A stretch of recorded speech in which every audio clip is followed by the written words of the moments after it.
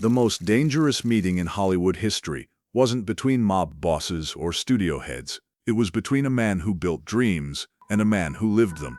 On a fog-soaked Tuesday morning in February 1964, Walt Disney sat across from Dean Martin in a sterile conference room at the Disney Studios in Burbank.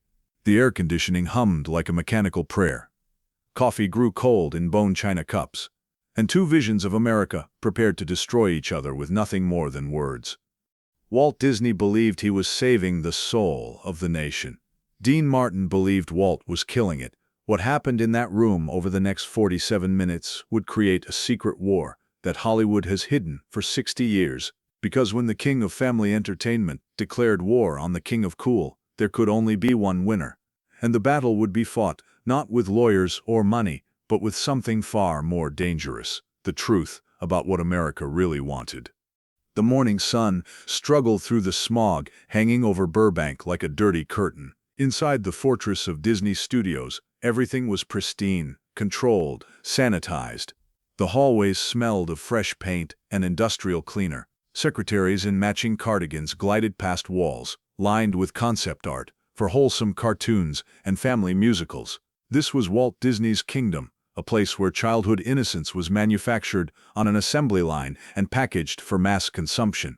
Dean Martin stepped out of his black Cadillac in the visitor parking lot. He was wearing a charcoal gray suit, perfectly tailored, and dark sunglasses despite the overcast sky. He moved with that trademark, unhurried gait, as if he had all the time in the world. But underneath the cool exterior, Dean was curious. Walt Disney didn't invite people like Dean Martin to his magic kingdom, not unless something was very wrong. The call had come 3 days earlier. Walt's assistant, a nervous woman with a voice like a schoolteacher, had been polite but insistent. "Mr. Disney would like to meet with you regarding a matter of mutual concern. No details, no explanation, just a time and a place." Dean had agreed because he respected power, even power he didn't understand. And Walt Disney, despite his public image as America's favorite uncle, wielded more cultural influence than any politician or preacher. To understand why these two titans were about to collide, you have to understand the America of 1964. The country was changing faster than anyone could process. The Beatles had landed, bringing with them a cultural earthquake that shook the foundations of traditional entertainment. Civil rights marches filled the streets. Young people were questioning everything their parents had taught them. And in the middle of this chaos, two very different philosophies of American life were fighting for dominance. Walt Disney represented the old America, the America of small towns and family values, where children were innocent and adults were responsible. His empire was built on the idea that entertainment should uplift, inspire, and protect the vulnerable minds of the young. Every Disney production was carefully crafted to reinforce traditional moral boundaries. Heroes were pure, villains were clearly marked, and happy endings were guaranteed. Dean Martin represented something else entirely. He was the cool uncle who smoked cigarettes and told jokes that made adults laugh and children wonder what they were missing. His world was sophisticated, complicated, and real. In Dean's universe, good guys sometimes lost, bad guys sometimes won, and life was messy, unpredictable, and beautiful, precisely because it couldn't be controlled. The cultural war between these two visions had been simmering for years. But it reached a boiling point when Disney's market research department delivered a devastating report. Children across America, when asked to name their favorite entertainer, were increasingly naming Dean Martin instead of Mickey Mouse. The Rat Pack's influence was seeping into mainstream culture, and Walt Disney was terrified that his carefully constructed moral universe was being undermined by a cigarette-smoking Italian from Steubenville, Ohio. Dean was escorted through the labyrinthine Disney complex by a young executive who spoke in hushed, reverential tones about Mr. Disney's vision and the Disney way. They passed sound stages where actors in period costumes rehearsed wholesome musical numbers. They walked by animators hunched over drawing boards, bringing innocent cartoon characters to life. Everything was bright, clean, and aggressively cheerful. The conference room where Walt waited was like a temple to American optimism. The walls were covered with paintings of pastoral scenes and inspirational quotes. A large window overlooked a perfectly manicured garden where every flower seemed to have been placed by a set decorator. Walt Disney sat at the head of a long mahogany table, his hands folded, his expression serious. He was smaller than Dean had expected, but his presence filled the room like electricity. "Mr. Martin," Walt said, rising to shake hands. His grip was firm, his eyes sharp behind wire-rimmed glasses. "Thank you for coming." Dean removed his sunglasses and settled into a leather chair. "My pleasure, Walt. Nice place you got here. Feels like a church." Walt didn't smile at the joke. "In many ways, it is a church, Mr. Martin. We're in the business of creating dreams, shaping young minds, building character. It's a sacred responsibility." Dean lit a cigarette, letting the smoke drift toward the no-smoking sign on the wall. "That's one way to look at it." The opening pleasantries lasted exactly 90 seconds. Then Walt Disney did something that shocked even Dean Martin, a man who had stared down mob bosses and studio moguls. Walt pulled out a thick folder filled with photographs, newspaper clippings, and what appeared to be surveillance reports. But first, Walt wanted Dean to understand the full scope of what they were discussing. He pressed a button on his desk, and a side door opened. In walked Dr. Marcus Whitfield, Disney's head of child psychology research, carrying an additional briefcase stuffed with documents that rustled like autumn leaves.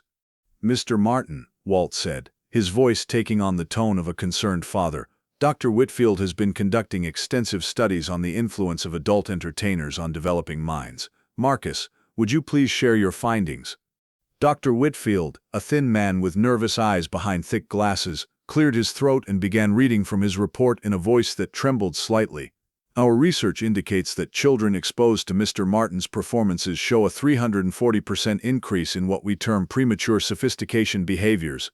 They mimic adult mannerisms, express desires for adult beverages, and demonstrate decreased interest in age-appropriate activities."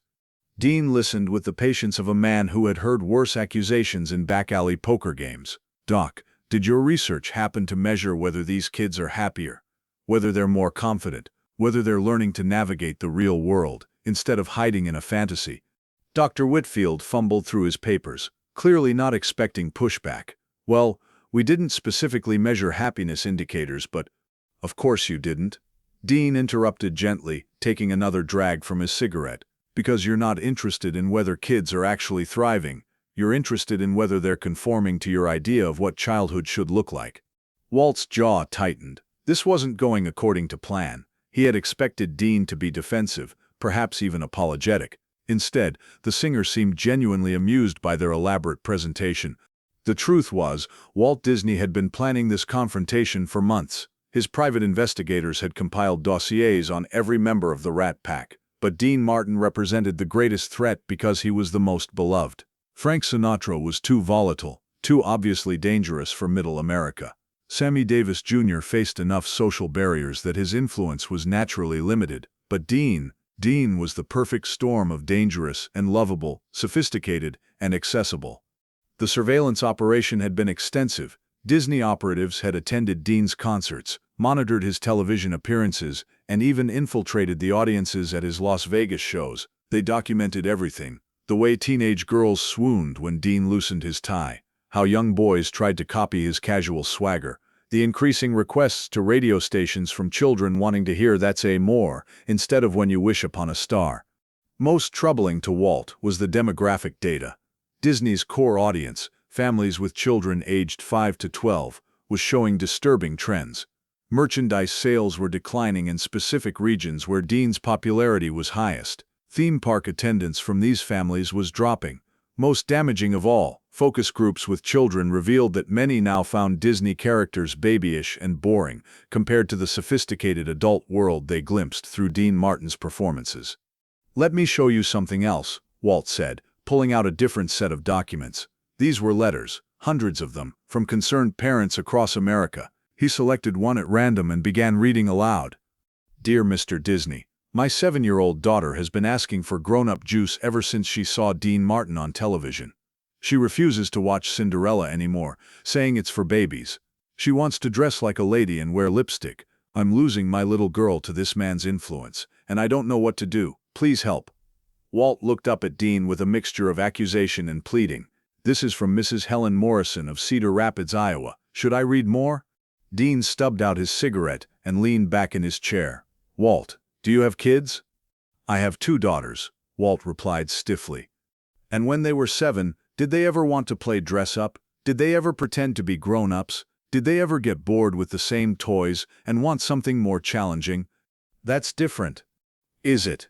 Dean's voice remained calm, but there was an edge now. Or is it that you've been selling the idea that childhood should last forever, and now you're angry that kids are smart enough to see through the con? The room fell silent, except for the mechanical whisper of the air conditioning. Dr. Whitfield shuffled his papers nervously. Walt Disney's face had gone pale, then flushed red. You think childhood innocence is a con? Walt's voice was barely controlled. I think childhood innocence is precious, Dean replied quietly. But I also think treating kids like they're too stupid to handle complexity is insulting to them and dangerous for their futures. Dean stood up and walked to the window overlooking the studio lot. Below, he could see actors in costume walking between sound stages, animators hunched over their drawing boards, and executives in suits discussing projects that would shape young minds across America. You want to know what I see when I look at those kids in your pictures? Dean continued, his back still to Walt. I see young people who are trying to figure out who they want to become. They're not mimicking me because they want to drink and smoke. They're mimicking me because they see someone who's comfortable in his own skin, who faces the world with confidence and humor. He turned back to face Walt, and his expression was more serious than it had been all morning. You're so busy protecting them from growing up that you're not preparing them for what growing up actually means. And when they hit the real world, when they face heartbreak, disappointment, failure, they're going to be completely unprepared because you've told them life is a fairy tale. Walt Disney had built his empire on the belief that he was serving a higher purpose, that entertainment could and should elevate the human spirit by showing people they're better angels. But Dean Martin was challenging the very foundation of that belief, suggesting that true elevation came not from protecting people from darkness, but from teaching them to dance with it. You're wrong, Walt said finally, but his voice lacked its earlier conviction. Children need hope. They need to believe in magic, in happy endings, in the possibility that good always triumphs over evil. Take that away, and what do you have left? You have resilience, Dean replied immediately. You have the ability to find joy even when life gets complicated. You have the strength to get back up when you fall down, because you know that falling down is part of the human experience, not a failure of the universe to protect you. The philosophical battle that was raging in that conference room reflected a larger cultural shift that was tearing through American society in 1964. The post-war generation that had grown up on Disney's promises of perpetual happiness was coming of age in a world that was increasingly complex, challenging, and morally ambiguous. The civil rights movement, the Cold War, and the sexual revolution were all forcing Americans to confront uncomfortable truths about their country and themselves. Dean Martin represented a different kind of wisdom, not the wisdom of innocence, but the wisdom of experience. He had grown up poor, fought his way to success through legitimate and sometimes questionable means, and emerged as a man who could face any challenge with grace and humor. His appeal to young people wasn't about corrupting them, it was about showing them that it was possible to be sophisticated without being cynical, worldly without being bitter. But Walt Disney saw sophistication itself as the enemy. In his worldview, the moment a child began to question, to doubt, to see complexity, they lost something essential and irreplaceable. His life's work had been dedicated to preserving that something, to creating a safe space where innocence could flourish indefinitely. I want to show you something, Walt said, spreading the contents across the table like a prosecutor presenting evidence. These are pictures of children, Mr. Martin, children at your concerts, children watching your television show, children imitating your persona. The photographs were disturbing in their innocence. Young boys holding pretend cocktail glasses, mimicking Dean's signature slouch. Little girls singing That's Amore with expressions far too knowing for their age. Teenagers at Dean's concerts, their faces glowing with an admiration that bordered on worship. Do you see what's happening? Walt's voice was rising, passion breaking through his controlled exterior. You're teaching children that it's glamorous to drink, to smoke, to live without responsibility. You're making them want to grow up too fast. Dean studied the photographs with the same calm expression he wore when counting cards. They're having fun, Walt. When did that become a crime? When fun becomes corruption, Walt slammed his hand on the table, causing the coffee cups to rattle. You think this is just entertainment? This is cultural programming, Mr. Martin. Every joke you tell, every song you sing, every cigarette you light on stage is sending a message to impressionable minds. and that message is destroying everything I've spent my life building." The room fell silent, except for the mechanical hum of the air conditioning. Dean took a long drag from his cigarette, exhaled slowly, and looked Walt Disney directly in the eye. "You want to know what I think, Walt?" Dean's voice was quiet, but there was steel underneath the silk. "I think you're scared. I think you've spent so many years creating a fantasy world that you forgot what real life looks like." Walt's face flushed red. "I've dedicated my career to protecting childhood innocence." "You've dedicated your career to selling a lie," Dean interrupted, his voice still calm but cutting. "You want to keep kids in a bubble, make them think the world is all singing mice and fairy tale endings. But that's not the world, Walt. That's not America." Dean stood up and walked to the window, looking out at the manicured garden. "You know what I see when I look at those kids in your pictures? I see young people who are smart enough to recognize authenticity when they see it. They don't want to be talked down to. They don't want to be protected from reality. They want to be treated like human beings. Human beings who smoke and drink and live without moral boundaries." Walt shot back. Dean turned around, and for the first time in the meeting he smiled. It wasn't a friendly smile. It was the smile of a man who had just realized he held all the cards. "You know what's funny, Walt? You think you're the moral authority here, but let me tell you something about morality. Morality isn't about hiding from life. It's about facing life with dignity. It's about being honest about who you are, what you feel, and what you need."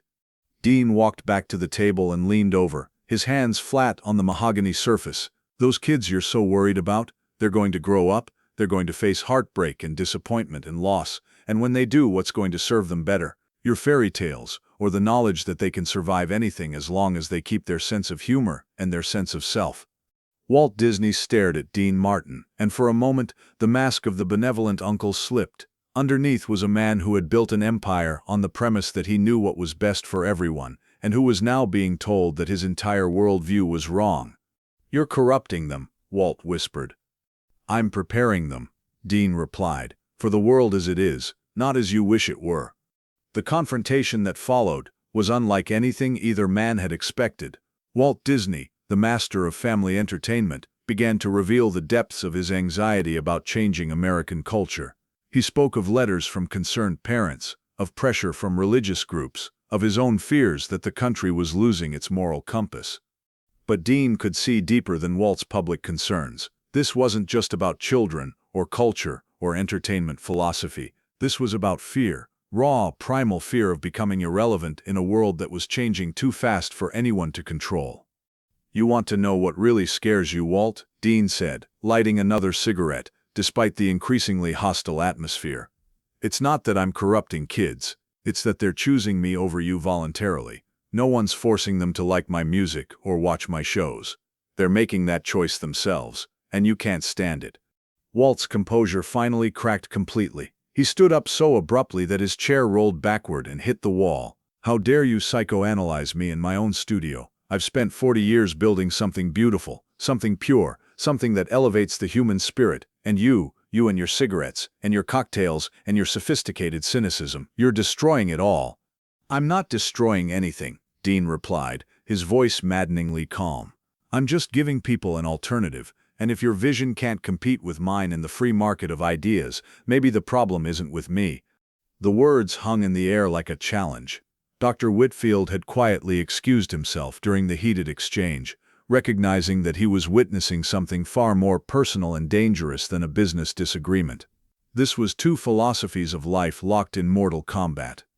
Walt walked to his window and stared out at his kingdom, the sound stages where dreams were manufactured, the offices where stories were sanitized and packaged, the whole elaborate machinery he had created to protect American children from the harsh realities of existence. "Do you have any idea what's at stake here?" Walt's voice was quieter now, but filled with a desperate intensity. "We're not just talking about entertainment. We're talking about the soul of civilization. For thousands of years, humanity has told stories to children, stories that teach them right from wrong, stories that give them hope, stories that prepare them to be good citizens and moral human beings." He turned back to face Dean, and there were tears in his eyes, actual tears from a man who had built his reputation on never showing vulnerability. "And now you want to replace those stories with what? Sophisticated ambiguity, moral complexity, The idea that life is just a series of compromises and disappointments, punctuated by occasional moments of chemically enhanced pleasure. Dean studied Walt's face for a long moment, seeing not the cultural icon, but the frightened man underneath. When he spoke, his voice was gentler than it had been all morning. "Walt, I'm not trying to replace your stories. I'm trying to add to them. Because here's what you don't understand. Kids are going to grow up whether you want them to or not. They're going to face complexity, whether you prepare them for it or not. The question is whether you want them to face it with wisdom, or with naive shock." Dean moved closer to Walt, closing the distance between them both physically and philosophically. "Your stories teach them to believe in good and evil, in right and wrong, in the possibility of happy endings. That's beautiful, and it's necessary. But my stories teach them that they can be the heroes of their own lives even when the world gets complicated, that they can maintain their integrity even when the choices aren't clear, that they can find joy even when life doesn't give them a fairy tale ending." "But the drinking," Walt protested weakly, "the smoking, the casualness about marriage and commitment and responsibility."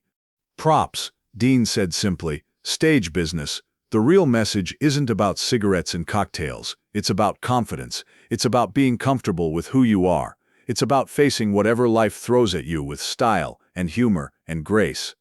The philosophical revelation that followed changed everything.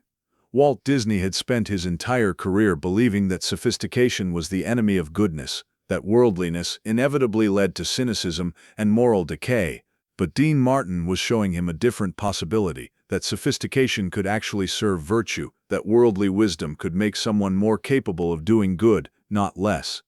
"Do you understand what's at stake here?" Walt pleaded. "We're fighting for the soul of America. Every child who chooses your cynicism over my optimism is a victory for darkness over light." Dean listened patiently, occasionally tapping ash into a Disney-branded ashtray that seemed to offend Walt's sensibilities just by existing. When Walt finished his impassioned speech, Dean's response was devastating in its simplicity. "Walt, I'm not trying to corrupt anybody. I'm just trying to entertain them. But you know what? If being honest about life is corruption, then maybe your version of purity is the real problem." Dean stood up and adjusted his tie. "I grew up poor, Walt. I dealt cards in illegal back rooms. I boxed for $5 a fight.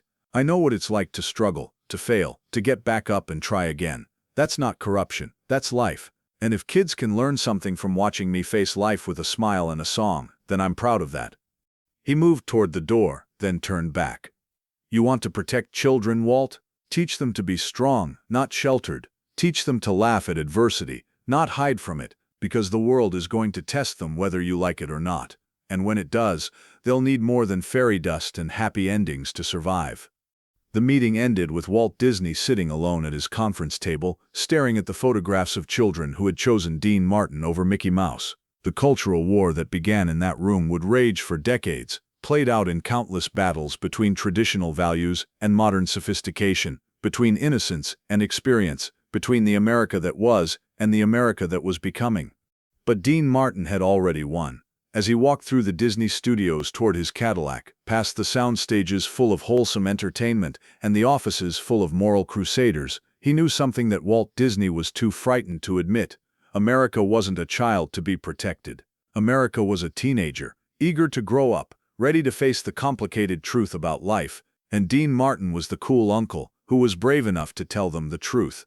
The war between Disney's dreams and Dean's reality would continue long after both men were gone. But on that fog-soaked Tuesday morning in Burbank, the battle lines were drawn, and the King of Cool had stared down the Emperor of Innocence and emerged victorious, armed with nothing more dangerous than the truth about what it means to be human.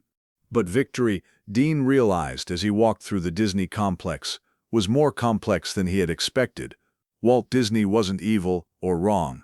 He was just incomplete. His vision of protected innocence served an important purpose, but it needed to be balanced with Dean's vision of sophisticated resilience. As Dean reached the parking lot, Walt appeared at the studio entrance. He looked older somehow, as if the confrontation had aged him in ways that years of business pressures never could. "Mr. Martin," Walt called out, his voice carrying across the distance between them. Dean stopped, his hand on the Cadillac's door handle, and turned back. "This isn't over," Walt said, but there was no threat in his voice. It sounded more like a promise. or perhaps a prophecy. No, Dean agreed, lighting one final cigarette. It's not, but maybe that's not such a bad thing. What neither man realized at the time was that their conflict would ultimately synthesize into something new, a form of entertainment that could be both innocent and sophisticated, both protective and preparatory. The best children's entertainment of the coming decades would combine Disney's moral clarity with Dean's emotional complexity, creating stories that respected young people's intelligence while still preserving the wonder and hope that Walt cherished. But that synthesis would take years to emerge, and would require the efforts of creators who understood both visions and could blend them into something greater than either man could achieve alone. In the end, both men were trying to serve the same master, the American dream. They just disagreed about whether that dream should be a lullaby or a jazz song.